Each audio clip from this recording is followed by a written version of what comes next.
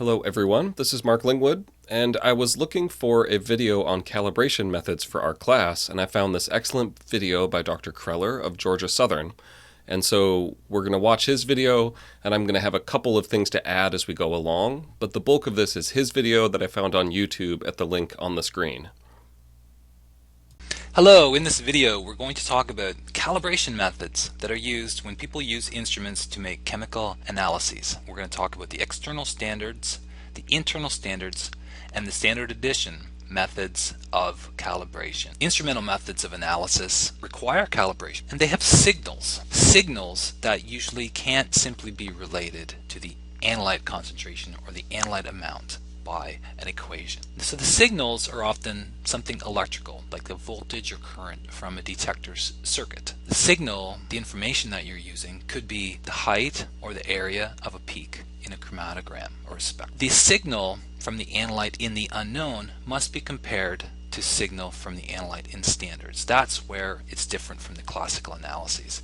The comparison that you have to make is mathematical in nature, and so the signal ideally will have, be able to have an equation between the signal and the concentration of the analyte, but that equation has to be determined using standards. So we get into the use standards in different ways. And I mentioned that there's three different main methods of calibration, and the one that you'll actually use will depend upon the exact analytical situation. So there's two main types of error that could guide your decision. Sample-to-sample variability. We'll say more about these sources of sample-to-sample variability in a few minutes. That's one main class of error.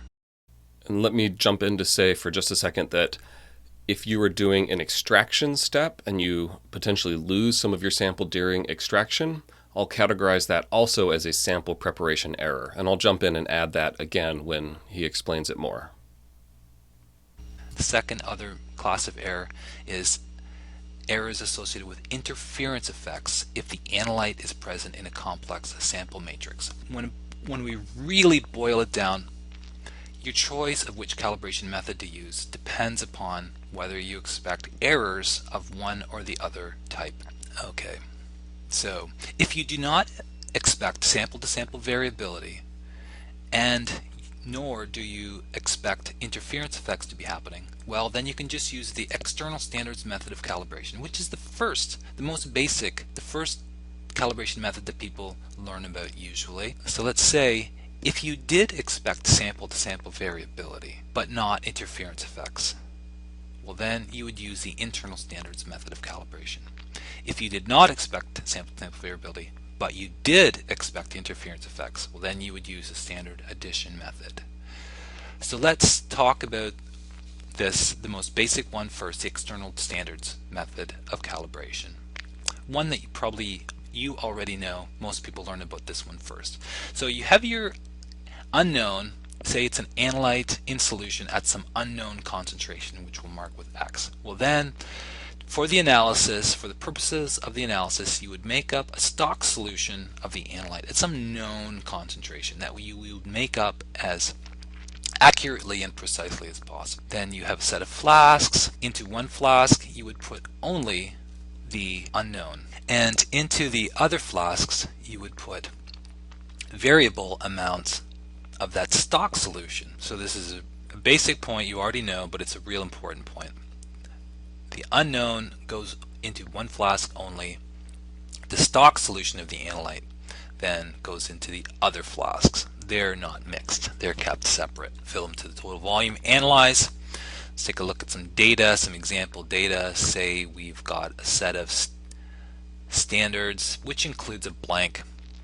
Varying amounts of analyte in there. This one actually had no analyte, but then we recorded signals, probably absorbance measurements. Maybe you can imagine that this would actually be an absorbance value, but basically absorbance, that signal, would be directly proportional to the analyte concentration. Well, then, don't forget that we made up a little solution of the unknown. We measure its absorbance. Don't forget that we're out to figure out that concentration of the unknown, so we measure its absorbance and then just rearrange this equation and plug that absorbance of the unknown into there and just solve for that unknown concentration. Okay, but you already know this. Now let's talk about internal standards method. And now we'll say more about sample-to-sample variability.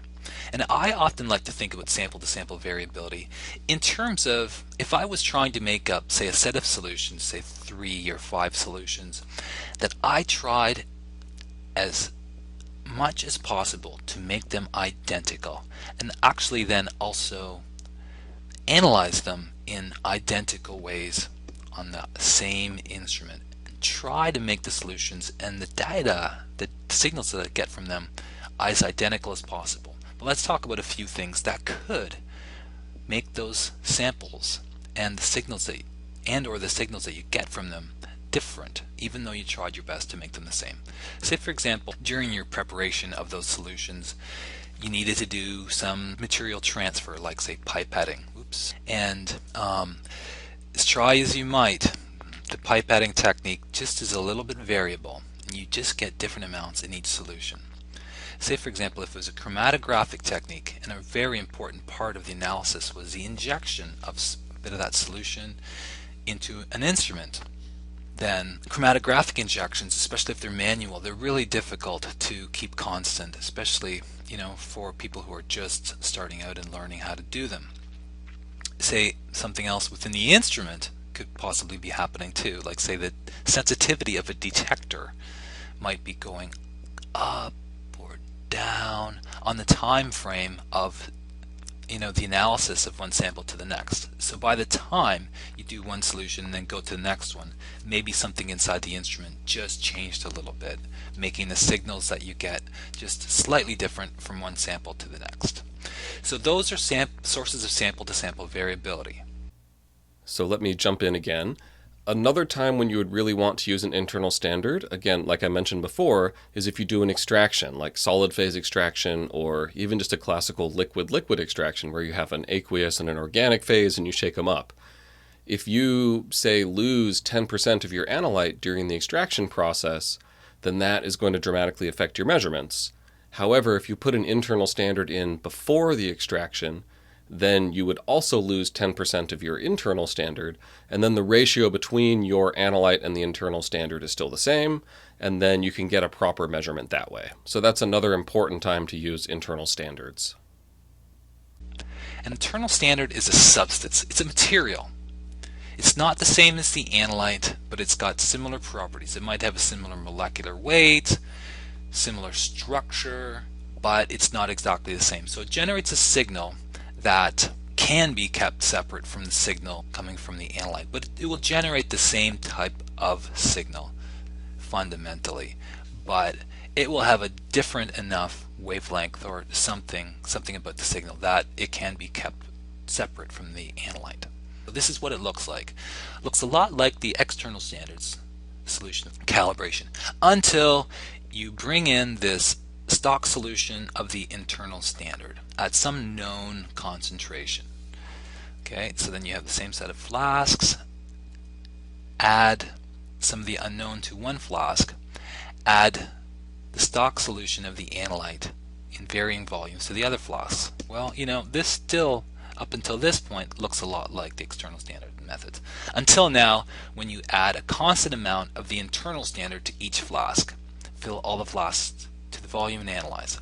Okay, so here's some example data that's generated at Georgia Southern University when students do an analysis of gasoline for the analyte toluene, which is universally present in basically all brands of gasoline in a pretty large amount, say around 10% or so. So we're analyzing for toluene, but it's a chromatographic method, gas chromatographic method, with this manual injection, which is a pretty large source of sample-to-sample variability. We have an internal standard, chlorobenzene, which it had a little higher boiling point, comes out a little bit later, quite a bit later, certainly can keep it separate from the toluene, yet signals for both in terms of we use the areas of those peaks. So when you use the internal standards approach, actually you plot on the calibration curve on the vertical axis the ratio of those signals. So you would, for each each solution, which gave a chromatogram, you would take those two peaks and you would plot the ratio of the area of the toluene peak divided by the area of the chlorobenzene peak. And then you would plot that as a function of the concentration of the toluene. Here we use volume percent. Okay, what do you do with that data? Well, that calibration curve is a line again, but plotted on the vertical axis is the ratio. So it just looks different right here because you're plotting the ratio. It's always the ratio of the analyte divided by the signal from you analyze the unknown that you make up, you get your ratio from the unknown, you plug that into this equation, and then you solve for the concentration of the analyte in your unknown. Straightforward enough. Well, how does it work? Remember, we went to this little bit of extra trouble because we were worried about sample-to-sample variability. So how did this additional complication of the internal standard method actually compensate for some of those errors? In each solution that you've analyzed, whether it's your actual unknown or any of those standards, you had both the analyte and you got signals from, and if say for example something happened that caused you did an injection that was 10% larger than you really wanted it to be, and you got into the instrument and generating signal, you got 10% more analyte than you wanted to, but the internal standard was in there as well. So if you got 10% too much analyte, well then you would have got 10% too much internal standard. This is an example, and the signals from both would have been about 10% higher than otherwise expected. However, when you plot the ratio, that variability, that extra 10% factor that's in there, will cancel out and you'll get improved data. Now your improved data will be as if this sample-to-sample variability never existed, and that's wonderful.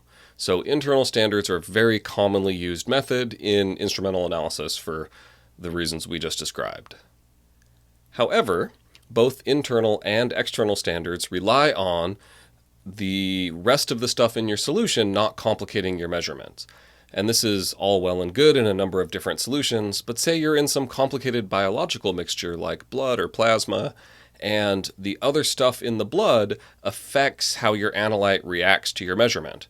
So your internal or external standard solutions that are in water or something you have in the lab, the measurements you get out of those just won't compare to your analyte measurements in a more complicated matrix. And so this is called a matrix effect, and neither internal or external standards can really compensate for that. So the way to get around that is through something called standard addition, which we'll get into next. So here's how it looks. Okay, you've got your solution of the analyte and your solution of the standard. Analyte, it's a known concentration. Now you don't have an internal standard here, but you make up the solutions a little bit differently. Let's show you how. Okay, you add a constant volume of the unknown to each flask, not just one, but all of them. Constant volume. Say if these are like 10 mil flasks or something like that. Say for example it'd be 1 mil, 1 mil, 1 mil, 1 mil. Constant amount to all of these. But you add variable volumes of that stock solution to all flasks but one. Say if these were, say this is like 2, 3, 5 mil or something like that, variable, but into 0 mil of this. You just don't add it to. So this is what the data might look like, and something you could do is determine the equation of that line by linear regression, least squares analysis. And then so you'll see, taking the ratio of the intercept divided over the slope would cause some nice mathematical things to happen. Certain factors would cancel out because they appear on both the top and the bottom. And so on the right hand side of this equation, you boil it down. There's only 4 variables, 4 parameters. 3 of those are constants, and 1 is the concentration that you want to solve for. So you would just, after that simplification, rearrange and just solve for that unknown concentration. There's actually 2 ways that you could solve this, 2 ways of handling the data. They seem to be both equally common. You could use them both.